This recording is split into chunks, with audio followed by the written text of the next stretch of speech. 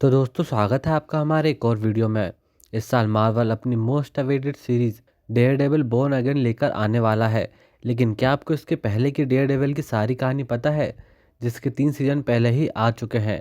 अगर नहीं तो आप जान जाओगे, और अगर हाँ तो आपका रिकैप हो जाएगा। इसके तीनों सीजन को मैं एक एक करके शॉर्ट में एक्सप्लेन करने वाला हूँ, ताकि आप इसके सारे सीजन की कहानी जान सके।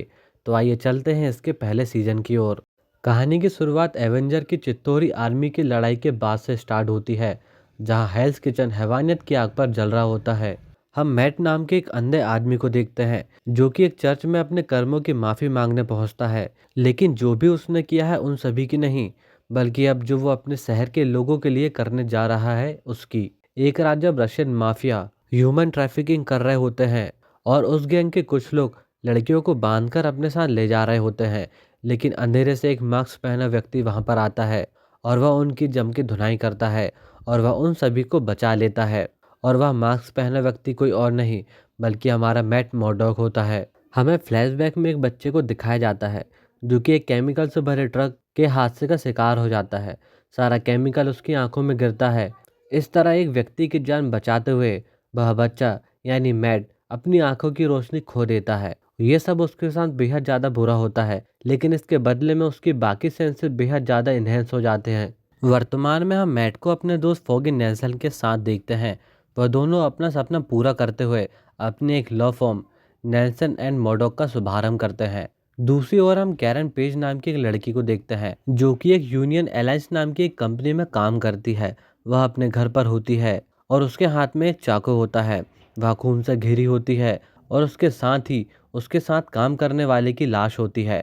इधर मैट और फॉगी की लॉ फर्म तो खुल गई होती है, लेकिन उन्हें खोज होती है अपने केसेस के लिए। आगे हम पेज को पुलिस स्टेशन में देखते हैं, जहां पर मैट और फॉगी अपने पहले केस के लिए पहले ही मौजूद होते हैं। वे कैरन से इस मर्डर से रिलेटेड कुछ बातें पूछते हैं, लेकिन उनके पास में कोई खास जानकारी नहीं लगती है।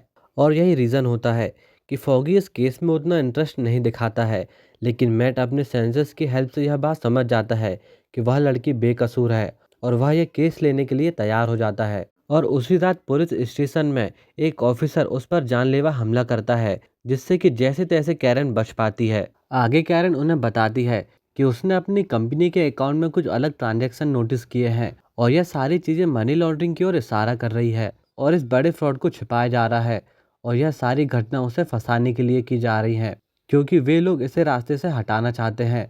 जेल पर हुए अटैक के बाद मैट और फॉगी उसे पुलिस की हिरासत से बाहर निकला लेते हैं। आज़ाद होने के बाद कैरन सीधे अपने घर जाती है, लेकिन वह थोड़ी घबराई हुई होती है। पर घर पहुंचकर वह सीधे कंपनी अकाउंट की डिटेल से जुड़ी एक पेन ड्राइव निकालती है। तभी उस पर अटैक होता है, जिसके बाद एक बार फिर मास्क में मैट उसकी जान बचाता है। लेकिन वह पेन ड्राइव को कैरन को नहीं सौंपता है, बल्कि मैट उस पेन ड्राइव और वह आदमी को न्यूयॉर्क बुलेटिन के हवाले कर देता है। और अब पूरा कांड सारे शहर के सामने होता है। कैरन अब खतरे से बाहर होती है। वह दोनों का धन्यवाद करती है, और वह उन्हें ऑफर करती है उनके साथ फ्री में काम करने का, और इसके साथ ही वह उनकी लॉ फर्म की एक मेंबर बन जाती है। दूसरी ओर हम जेम वेस्ली नाम के एक व्यक्ति को देखते हैं, जो कि इस पूरे कांड को संभालने की पूरी कोशिश कर रहा होता है, ताकि वह इससे अपना नाम और अपने बॉस का नाम दूर रख सके। आगे हम रशियन ब्रदर्स एनाटोली और बिलादे को देखते हैं, जिनके लिए मास्क मैन एक बड़ी मुसीबत बन गया होता है। तब वे उसे मारने का एक प्लान बनाते हैं। उसे पकड़ने के लिए छोटे बच्चों का सहारा लिया जाता है। वे उन्हें पकड़ते हैं, और तभी मास्क मैन वहां पर पहुंच जाता है। उनका प्लान सफल होता है, और वे उसे बुरी तरीके से पीटते हैं, और मास्क मैन लगभग मरने की हालत में होता है, और वे उसे डस्टबिन में फेंक देते हैं और वहां से चले जाते हैं। आगे एक बच्चे की नज़र उस पर पड़ती है, जिसके बाद वह दौड़ते हुए एक नर्स जिसका नाम क्लेयर टेम्पल होता है, वह उसे बुलाकर लेकर आता है। जिसके बाद वह नर्स उसे अपने साथ एक अपार्टमेंट पर लेकर जाती है। वह उसके सारे गहरे घाव को देखकर समझ जाती है कि यह किसी एक व्यक्ति का काम नहीं है। इसके बाद वह मैट का ध्यान रखती है, उसे ठीक करती है, और उसका मास्क भी उतारती है। और आगे उसे पता चलता है कि वह देख नहीं सकता है। दूसरी तरफ हम फॉगी और कैरन को देखते हैं, जो कि अब साथ होते हैं, और फॉगी उसे खुश करने की कोशिश में लगा होता है। और इधर कुछ समय के बाद मैट को अब होश आ जाता है। होश में आते ही मैट समझ जाता है कि क्लियर उसका चेहरा देख चुकी है।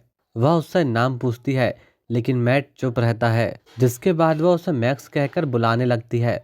मैट वहां से जाने लगता है, लेकिन उसके घाव अभी भी ठीक नहीं हुए थे। आगे मैट क्लेयर से कहता है कुछ रस्सियन उसके अपार्टमेंट की ओर आ रहे हैं, क्योंकि वे लोग अभी भी उसे ढूंढ रहे हैं। यहाँ से हम यह देख पाते हैं कि मैट देख तो नहीं सकता है, लेकिन उसके बाकी सारे सेंसेस बेहद ज़्यादा तेज होते हैं और वह काफ़ी दूर से ही चीज़ों को महसूस कर सकता है। आगे क्लेयर उसे छिपा लेती है और जब वह रसियन व्यक्ति वहाँ पर आता है तो उसे वहाँ पर कुछ भी नहीं मिलता है और वह वापस जाने लगता है। लेकिन उस आदमी को अभी भी क्लेयर की बात पर विश्वास नहीं होता है, जिसे मैट तुरंत समझ जाता है और वह आदमी और भी लोगों को बुलाने के लिए कॉल कर रहा होता है। लेकिन मैट उसी समय उसे पकड़ लेता है।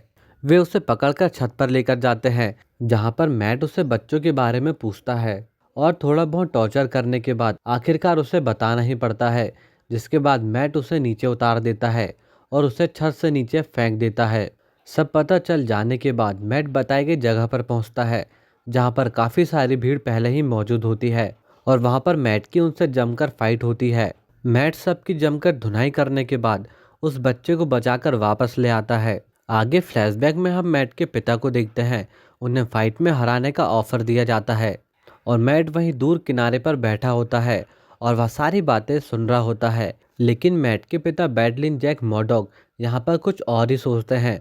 वे एक बार अपने बेटे को एहसास करा सके कि उसके पिता से पिटाई खाने के लिए नहीं बने हैं, वे एक विनर है। वे मैच के पहले ही सारे पैसे को मैट के नाम पर कर देते हैं और आगे चलकर वे मैच जीत जाते हैं। लेकिन इस जीत के बाद घर के बाहर उनकी हत्या कर दी जाती है।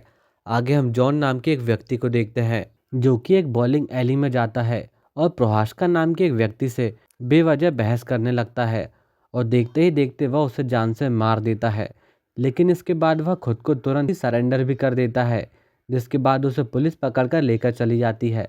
अगले दिन हम जेम्स वेस्ली को देखते हैं, जो कि नैन्सन एंड मॉडॉक से मिलता है और वह इनके बारे में पहले से ही काफ़ी बातें जानता था। उससे यह भी पता था कि उस मनी लॉन्ड्रिंग मामले में उन्हीं की फर्म जिम्मेदार थी। लेकिन इसके बाद भी वह उन्हें जॉन का केस का ऑफर देता है। एक बार फिर फॉगी को यहाँ पर क्रिमिनल एक्टिविटी और गड़बड़ का अनुमान होता है और वह मैट को फिर से इस केस के लिए मना करता है। लेकिन मैट इस केस को ले लेता है क्योंकि मैट वेस्ली और उसके बॉस के बारे में जानकारी चाह रहा होता है। साथ ही उन्हें इस केस के लिए काफ़ी पैसे भी मिल रहे होते हैं। आगे कैरन यूनियन एलाइड कंपनी पहुंचती है। यहाँ उसे कंपनी के कुछ डॉक्यूमेंट साइन करने को कहा जाता है। वे स्कैंडल की सारी जानकारी गुप्त रखने के लिए कैरन को एक बड़ा अमाउंट भी ऑफर करते हैं। साथ ही उसे मना किया जाता है कि वह इस कंपनी के बारे में किसी से बात ना करे और अगर वह ऐसा करती है तो कई चार्जेस के साथ उस पर केस किया जाएगा। और यह कोई रिक्वेस्ट नहीं होती है, बल्कि यह साफ धमकी होती है।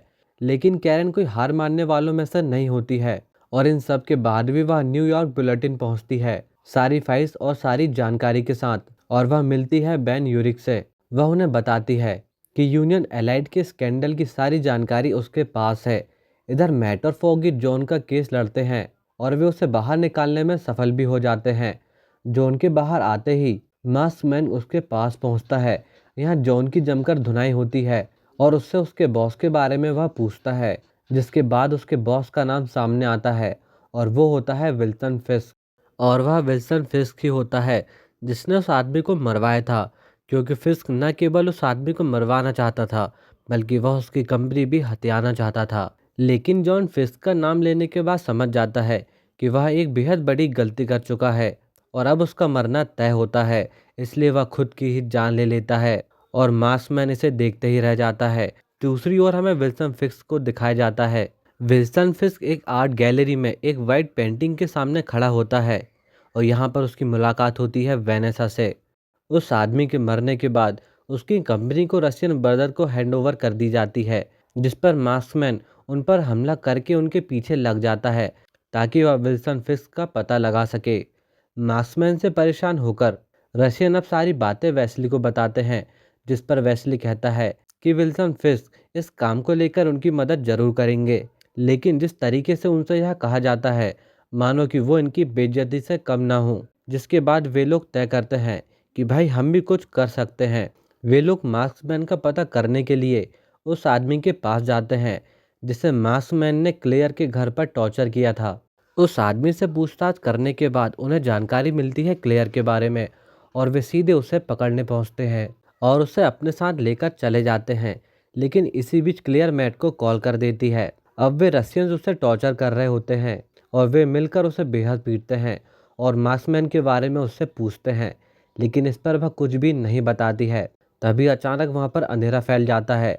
तब क्लियर कहती है, अब तुम खुद ही उससे उसके बारे में पूछ लो। मार्क्समैन वहाँ पर आकर सबकी बेहद धुनाई करता है और वह क्लियर को बचाकर अपने साथ ले जा लेता है। रशियन सब मार्क्समैन को संभाल नहीं पा रहे होते हैं, जिसके बाद वे लोग आते हैं विल्सन फिस्क के पास ताकि वे उनसे हेल्प ले सके। यहाँ रशियन ब्रदर्स में से एक एनाटोली खुद होता है। उस समय फिस्क वेनेसा के साथ डिनर पर होता है और इस समय फिस्क किसी को भी वहाँ आना पसंद नहीं करता है, लेकिन एनाटोली वहाँ आ जाता है, जिसके बाद उसे वहाँ से बाहर कर दिया जाता है। आगे विल्सन फिस्क वेनेसा को अपने घर ड्रॉप करता है, जहाँ फिस्क फील कर पाता है डिनर में जो भी कुछ हुआ शायद उससे वेनेसा ठीक फील नहीं कर रही है। यहाँ फिस्क बेहद ज़्यादा नाराज हो जाता है और जब वह एनाटोली से मिलता है तो उसका सारा गुस्सा उस पर निकल पड़ता है और वह उसकी जान ले लेता है और वह उसका सर धड़ से अलग कर देता है। आगे वह वेस्ली से कहता है कि इसकी बॉडी इसके भाई के पास पहुंचा दी जाए। इस और कैरन बेन यूरिक की सलाह से यूनियन एलाइट से पैसा ले लेती है, लेकिन भविष्य में वह यूनियन एलाइट से जुड़ी जानकारी किसी को भी नहीं देगी, लेकिन वह सारी जानकारी बेन यूरिक के द्वारा दुनिया तक लेकर जाएगी। इस तरफ एनाटोली के बड़े भाई को उसका शरीर मिलता है, लेकिन उसके शरीर पर मार्क्समैन का मार्क्स भी भेजा जाता है और इस तरह एक सिचुएशन बना दी जाती है ताकि वे मार्क्समैन के दुश्मन बन जाए। और यह फिस्क की चाल होती है ताकि वे लोग आपस में लड़कर खत्म हो जाएं। दूसरी तरफ हम फिस्क को देखते हैं, जो कि मैडम गांव नोबू और उनका अकाउंटेंट लीलैंड से मिलता है। ये सभी लोग उसके साथी होते हैं। विल्सन फिस्क बताता है रशियंस के साथ जो भी घटना हुई उसमें उसी का हाथ है और वैसे भी उनके साथ जो भी हुआ उस पे उन सभी लोगों का फायदा है और वह उन सभी को उसका साथ देने को कहता है। इधर मार्क्समैन अपने काम पर होता है और वह रशियन पर अटैक करता है और जब वह एक आदमी को पीट रहा होता है तब वह आदमी उससे कहता है, क्या तुम मुझे भी एनाटोली की तरह मार दोगे?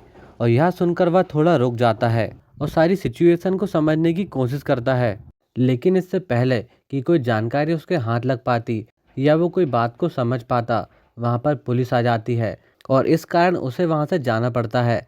अगले दिन नैन्सन एंड मर्डॉक के ऑफिस में एलेना नाम की एक लेडी आती है, जो उन्हें बताती है उनका लैंडलॉर्ड आर्मटली उनका और बाकी सभी लोगों का जबरदस्ती अपार्टमेंट खाली करवा रहा है और इस तरह वह उनके पीछे पड़ा हुआ है। आगे इस केस को लेकर फॉगी जाता है आर्मटली की लॉयर मार्सी के पास, जो कि पहले फॉगी की गर्लफ्रेंड हुआ करती थी और मार्सी काम करती है लैंडमैन और जैक के लिए, जहां से कि उन दोनों ने इंटर्नशिप की थी। यहाँ पर मार्सी फॉगी को समझाने की कोशिश करती है कि मिस एलेना को वहाँ बिल्डिंग खाली करवा देना चाहिए, जिसके लिए उन्हें एक बड़ा अमाउंट भी ऑफर किया गया है। यह सुनकर फॉगी कहता है कि वे लोग ऐसा नहीं करेंगे और ना ही मैं ऐसा होने दूंगा। दूसरी तरफ हम मैट को देखते हैं, जो कि जाता है पुलिस स्टेशन और आर्मस्टली के अगेंस्ट कंप्लेंट को चेक करने के लिए। यहाँ पर मैट अपने सेंसेस की हेल्प से वहाँ की सारी बातें ध्यान से सुन रहा होता है। मैट सुनता है कि जिस रशियन आदमी को लास्ट टाइम उसने पीटा था, जिससे कि दो पुलिस वाले पूछताछ कर रहे होते हैं, इस बीच वह आदमी विल्सन फिस्क का नाम लेता है, लेकिन उस आदमी की किस्मत बेहद ज़्यादा खराब होती है क्योंकि वे पुलिस वाले विल्सन फिस्क के ही आदमी होते हैं, जो कि उसे वहां पर मार देते हैं। मैट यह सारी बातें सुन लेता है, लेकिन वह कुछ भी नहीं कर पाता है। बाहर बैठ उन पुलिस वालों में से एक को उस रात पकड़ लेता है और उसके फ़ोन से उसे पता चलता है कि व्लादिमीर कहाँ पर छिपा बैठा है। आगे हम टर्क बार्टिन नाम के आदमी को देखते हैं, जिसे कि विल्सन फिस्क के द्वारा पैसे दिए जाते हैं ताकि वह व्लादिमीर से यह बात कह सके कि उसके भाई को फिस्क ने मारा है और मार्क्समैन फिस्क के लिए काम करता है और वह ऐसा ही करता है। यह सुनकर व्लादिमीर आग बबूला हो जाता है। वह फिस्क के विरुद्ध जंग का ऐलान कर देता है, लेकिन मैडम गांव के सुसाइड बम्बर की मदद से फिस्क व्लादिमीर की जगह पर एक बड़ा बम ब्लास्ट करवा देता है, जहां पर सभी लोग मारे जाते हैं, लेकिन सिर्फ व्लादिमीर ही जैसे तैसे बच पाता है, जो कि फिलहाल अधमरी हालत में होता है। इसी बीच मैट भी वहां पर पहुंचता है। वह उससे कुछ पूछना चाह रहा होता है, लेकिन वह उससे कुछ भी नहीं पूछ पाता है और तभी वहां पर पुलिस आ जाती है, जिसके कारण उसे वहां से भागना पड़ता है। इधर विल्सन फिस्क फिर से वेनेसा को डिनर पर बुलाता है और वह उसे हेल्स किचन के बारे में बताता है कि इसकी वर्तमान की हालत क्या है और वह कैसे इसे ठीक करना चाहता है। और अचानक वहाँ पर ब्लास्ट शुरू हो जाते हैं और एक बम एलेना के घर के पास भी गिरता है, जहाँ एलेना, फॉगी और कैरन दोनों पहले से ही मौजूद होते हैं और बम ब्लास्ट के कारण उन्हें थोड़ी बहुत चोट भी लगती है। इस तरह मैट को पता चल जाता है कि यह पुलिस फिस्क के द्वारा भेजी गई है, तो वह भागते समय व्लादिमीर को अपने साथ लेकर चलता है और जाकर एक पुराने बेयर हाउस में छिप जाता है, लेकिन पुलिस वहां भी आ जाती है। इधर चोटिल होकर सभी हॉस्पिटल जाते हैं और उन्हें हॉस्पिटल में एडमिट किया जाता है। व्लादिमीर गोली से घायल होता है। तब मैट क्लेयर को कॉल करता है। वह उससे पूछता है कि वह कैसे उसे ठीक कर सकता है, जिस पर क्लेयर उसे बताती है कि वह बेयर हाउस में रखे फ्लेयर से उसके घाव को जला दे, जिससे कि उसे थोड़ी राहत मिलेगी। और जब मैट ऐसा करता है तो दर्द के मारे व्लादिमीर की चीख निकल जाती है, जिसकी आवाज़ बाहर खड़े एक पुलिस वाला सुन लेता है और वह तुरंत वहां पर पहुंच जाता है और वह बैकअप को भी कॉल कर देता है। पर मैट उसे तुरंत ही बेहोश कर देता है, लेकिन उसकी बात उसके साथियों तक पहुंच चुकी होती है। अब पुलिस ने उन दोनों को चारों तरफ से घेर लिया होता है, जिसमें कि कई विल्सन फिस्क के आदमी होते हैं और उन्हीं लोगों की मदद से विल्सन फिस्क मैट से बात कर पाता है। वह मैट से काफ़ी इम्प्रेस होता है, लेकिन वह उससे कहता है कि वह किसी भी हालत में वहां से बाहर नहीं निकल सकता है। बाहर एक स्नाइपर कुछ पुलिस वालों को मार देता है, जिसमें से कि एक विल्सन फिस्क का आदमी होता है और इस तरह एक माहौल बना दिया जाता है कि यह सब मास्कमैन ने किया है और हेल्स किचन में हुए धमाके के पीछे भी वही है। इस तरह मास्कमैन को ही डेविल बना दिया जाता है और जो गोली फिस्क के आदमी को लगी होती है, किस्मत से वह बच जाता है। अंदर व्लादिमीर मैट को बताता है कि सारी पुलिस विल्सन के हाथों बिकी हुई है और किस तरह चाइनीज हेल्स किचन में हेरोइन बेच रहे हैं। मैट जैसे तैसे उसे बाहर ले जा रहा होता है, लेकिन व्लादिमीर समझ जाता है कि वह बाहर नहीं निकल पाएगा। वह मैट को समझाता है कि अगर वह विल्सन तक पहुंचना चाहता है तो मैट को विल्सन के अकाउंटेंट लीलैंड ऑस्ली तक पहुंचना होगा और वह उसे यहाँ से बाहर निकल जाने को कहता है और वह रुककर पुलिस वालों को वहीं पर रोकता है। हेल्स किचन में हुए धमाके ने सबको हिलाकर रख दिया था और हेल्स किचन से ही मार्क्समैन को नाम मिलता है, द डेविल ऑफ हेल्स किचन। दूसरी तरफ विल्सन के साथियों में से एक नोबू का एक बहुत इंपॉर्टेंट सामान आने वाला होता है। इसके बारे में वह लीलैंड से बात करता है और वह चला जाता है और इससे पहले कि लीलैंड कहीं जा पाता, वहाँ पर मैट पहुँच जाता है। मैट उससे कुछ पूछ रहा होता है, तभी वहाँ पर एक अंधा और बूढ़ा आदमी जिसका नाम स्टिक होता है वहाँ पर आ जाता है। स्टिक वही आदमी होता है जिसने कि मैट को लड़ना सिखाया था और सेंसेस का यूज़ करना सिखाया था। स्टिक उसका गुरु बनना चाह रहा होता है, लेकिन मैट उसमें अपने पिता को देखता है और इसी कारण स्टिक ने उसकी बीच में ही ट्रेनिंग बंद कर दी और वह उसे अकेला छोड़कर चला जाता है। पर अब स्टिक वापस आ गया होता है और अब उसे मैट की हेल्प चाहिए। नोबू न्यूयॉर्क में अपना खास वेपन को लेकर आ रहा होता है, जिसका नाम होता है ब्लैक स्काई, और इसके लिए वह खास तरह की तैयारी भी करता है। स्टिक मैट को सब कुछ बताता है और वह उसकी हेल्प मांगता है और मैट अपने शहर को उससे बचाने के लिए तैयार भी हो जाता है। लेकिन मैट उससे कहता है कि जब तक वह उसके साथ है वह किसी की भी जान नहीं लेगा। दूसरी तरफ कैरन पेज बैन के पास जाती है। वह यूनियन एलाइड के सारे कांड सबके सामने लाने के लिए कहती है, जिस पर वह मान जाता है। लेकिन एक प्रॉब्लम होती है, उसके पास जानकारी तो होती है लेकिन प्रूफ नहीं होता है। इधर मैट और स्टिक नोबू के उस वेपन को लेने पहुंचते हैं और वे उसके लोगों पर अटैक कर देते हैं। मैट उनके लोगों को पीट रहा होता है, लेकिन स्टिक मैट की बात नहीं मानता है और वह एक छोटे बच्चे जो कि ब्लैक स्काई होता है उसे मार देता है। और जैसे ही यह बात मैट को पता चलती है, मैट उससे नाराज हो जाता है और इस बीच उनकी लड़ाई हो जाती है। मैट स्टिक को बुरी तरीके से हरा देता है और वह उसे यहाँ से भाग जाने को कहता है। इधर कैरन एलेना से बात कर रही होती है और बात करके वापस जा रही होती है। तभी दो गुंडे उस पर हमला कर देते हैं, जो कि उसके लैंडलॉर्ड टर्ली ने उसके पास पहुंचाए थे। वे लोग कैरन को पकड़ने की कोशिश करते हैं, लेकिन सही समय पर वहां पर फॉगी आ जाता है और वह उसे बचा लेता है। आगे कैरन उसे बेन यूरिक से मिलवाती है और अब फॉगी को भी उनकी इन्वेस्टिगेशन के बारे में पता होता है। इधर हम स्टिक को देखते हैं, जो कि किसी अनजान व्यक्ति के सामने बैठा होता है और वह व्यक्ति जख्मी हालत में वहां पर होता है और स्टिक उसे मैट के बारे में बता रहा होता है। अगले दिन फॉगी और कैरन बेन यूरिक के बारे में मैट को बताते हैं और सारी बातें सुनने के बाद मैट उनकी हेल्प करने को तैयार हो जाता है, लेकिन वह एक कंडीशन रखता है कि वे दोनों कानून को अपने हाथ पर बिल्कुल नहीं लेंगे और वे लोग सब कुछ कानून के दायरे में रहकर करेंगे और इसके साथ ही वे किसी भी मुसीबत में नहीं उतरेंगे। नोबू का वेपन खराब हो चुका था। वह स्टिक से मिलने जाता है। आगे वेस्ली फिक्स को बताता है जिस दिन लादमिर मारा गया था पुलिस वालों पर स्नाइपर चलाई गई थी। तब वह ऑफिसर जिसका नाम ब्लैक होता है वह बेहोश हुआ था और वह अभी भी जिंदा है। आगे फिस्क उसके साथी ऑफमैन से मिलता है और वह कहता है कि इससे पहले कि ब्लैक किसी भी बारे में उन्हें बताए वह जाकर पहले ही उसे मार दे। अब ना चाहते हुए भी ऑफमैन को विल्सन की बात माननी पड़ती है और वह उसे मारने के लिए हॉस्पिटल पहुंचता है। और इससे पहले कि वह उसे मार पाता मास्क मैन वहां पे आ जाता है और इससे पहले कि ब्लैक मर जाता वह फिस्क के बारे में मैट को बता देता है। इधर मैडम गांव फिस्क से मिलने आती है और वह उसे समझाती है कि वह हमेशा गायब रहता है लेकिन ऐसे में काम चलने वाला नहीं है। उसे सभी कामों में अच्छे से पकड़ बनानी होगी नहीं तो सारी चीजें उसके हाथ से निकल जाएगी और सब कुछ उसके अपोजिट हो जाएगा। अब कहानी फ्लैशबैक में जाती है और हमें विल्सन फिस्क के बचपन के बारे में बताया जाता है। वह अपने पिता से बेहद डरता था। उसके पिता एक दिन उसकी मां को बेदर्दी से मार रहे होते हैं। विल्सन भी वहां मौजूद होता है और कुछ समय के बाद वह एक हथौड़ा उठाता है और वह उसी हथौड़े से अपने पिता को मार देता है।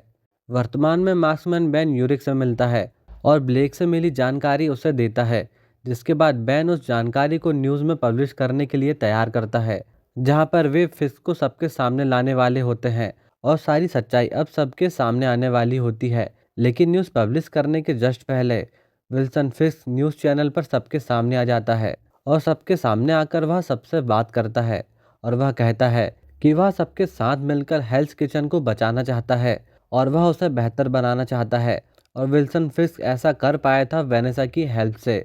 विल्सन के इस कदम से मैट का प्लान फेल हो जाता है। विल्सन फिस्क अब सबके सामने होता है। तब ये चारों मैट, फॉगी, कैरन और बैन फिस्क की बीती जिंदगी के बारे में पता करने जाते हैं जिससे कि वे विल्सन फिस्क के अपोजिट में यूज़ कर सके। आगे मैट को वेनेसा के बारे में पता चलता है। तब वह उससे मिलने के लिए आर्ट गैलरी पहुंचता है। मैट वेनेसा से मिलता है और वह उससे बात कर रहा होता है। तभी विल्सन भी वहां पर आ जाता है।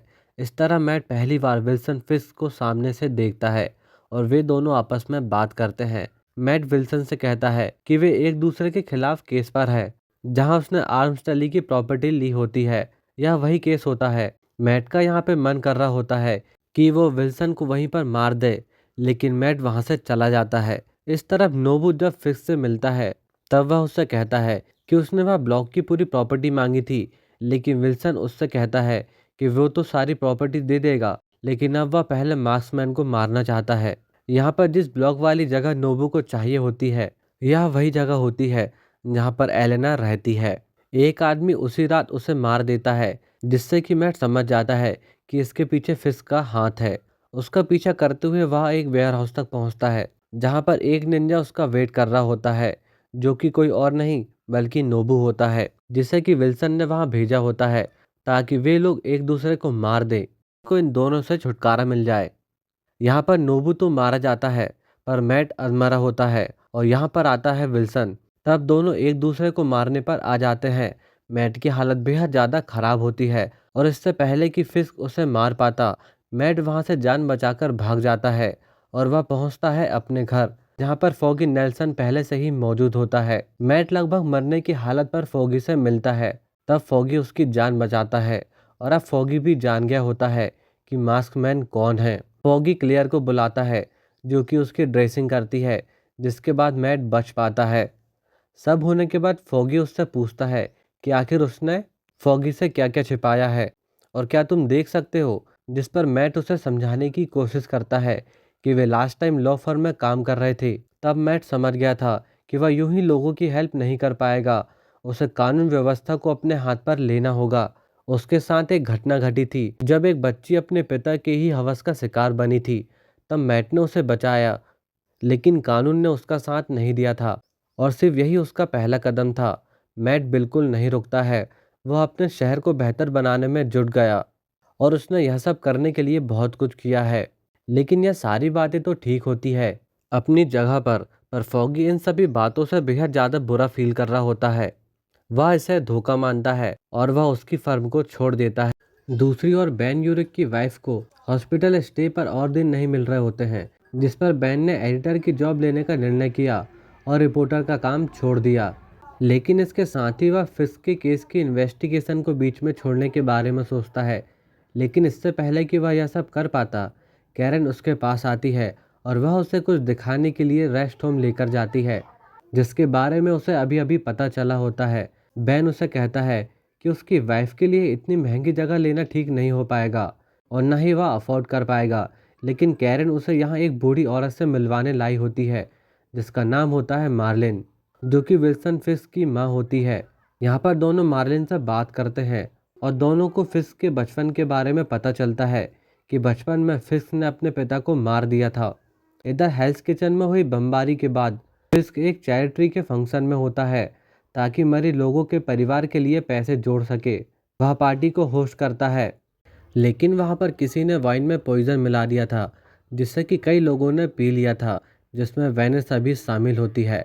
इधर मैट को होश आ जाता है और वह क्लियर को गुड बाय करता है। क्लियर उसे बताती है कि वह कुछ समय के लिए इस उलझन भरी जगह से दूर जा रही है और वह जाते जाते मैट से कहती है कि अगर वह अपना काम अच्छे से चालू रखना चाहता है तो उसे एक अच्छे प्रोटेक्टिव सूट की ज़रूरत है ताकि वह उन बुरे लोगों की चोट से बच सके। और मैट कुछ ऐसा ही करता है। मैट ने ऐसा ही सूट लड़ाई के दौरान विल्सन के पास देखा था। अब मैट को एक नए सूट की ज़रूरत होती है। आगे मैट मिलता है विल्सन के एक आदमी टर्क से, जिसने कि रशियंस को एनाटोली की डेथ के बारे में झूठी खबर बताई थी। आगे मैट मिलता है एक आदमी से जिसका नाम होता है मेल्विन पॉटर, जिसने कि विल्सन फिस्क के लिए सूट बनाया होता है और इसके लिए विल्सन ने उसके साथ ज़बरदस्ती की होती है क्योंकि उसका कोई अपना विल्सन फिस्क के निशाने पर होता है। मैट उसे अपने लिए एक सूट बनाने को कहता है ताकि वह फिस्क को रोक सके और इससे उसका अपना भी सुरक्षित होगा। और यह बात सुनकर मेल्विन मान जाता है। इधर कैरन बेन से कहती है कि फिस्क की माँ से जो बात उसे पता चली है वह उसे दुनिया के सामने लाना चाहती है और अब कैरन चाहती है कि वह फिस्क की इस कहानी को सबके सामने लेकर आए। जिस पर वैन उससे कहता है, तुम सारी बातें दुनिया से कह तो दोगी, लेकिन तुम्हारी बात पर विश्वास आखिर कोई क्यों करेगा, क्योंकि फिस्क की माँ दिमागी रूप से बीमार है। दूसरी तरफ फिक्स वेनेसा के साथ हॉस्पिटल में होता है। वेस्ली को फिक्स की माँ का कॉल आता है, जहाँ वो उन्हें बताती है कि कल दो लोग उससे मिलने के लिए आए थे और वे उससे कुछ पूछ रहे थे। जिस पर वेस्ली कैरन को पकड़ाकर उसे अपने पास ले आता है, जिसके बाद वह उससे कहता है कि उसे विल्सन के बारे में सारी जानकारी भूलनी होगी और अगर वह ऐसा करती है तो वह जिंदा रह सकती है और अगर वह मना करती है तो उसका खेल यहीं पर खत्म हो जाएगा, यहाँ तक कि वह उसके दोस्तों को भी मार देगा। और वेस्ली ऐसा कहते हुए उसके सामने एक गन रख देता है और अचानक उसी समय उसका फ़ोन रिंग करता है और जैसे ही वह अपनी फ़ोन की ओर देखता है, कैरन तुरंत गन उठा लेती है और वह उसे मार देती है और डर कर वहाँ से भाग जाती है। और यह बात सिर्फ कैरन को ही पता होती है। उस रात मास्कमैन बेन के पास पहुँचता है, जहाँ पर उसे बेन बताता है कि फिस्क की क्राइम पार्टनर हेल्स किचन में ड्रग्स को लगातार बढ़ा रही है, जो कि मैडम गाव होती है। आगे मैट उसका पीछा करता है और वह उसके अड्डे तक पहुंच जाता है और उसे पूरी तरीके से बर्बाद कर देता है, जिसके बाद मैडम गांव अपने गांव की ओर प्रस्थान करती है।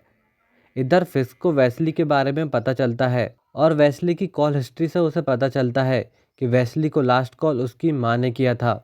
वह तुरंत उनके पास पहुंचता है और इसके बीच यहाँ के माहौल को देखते हुए वह वेनेसा और उन्हें दोनों को बाहर भेजना चाहता है और उस कॉल के बारे में वह अपनी माँ से पूछता है।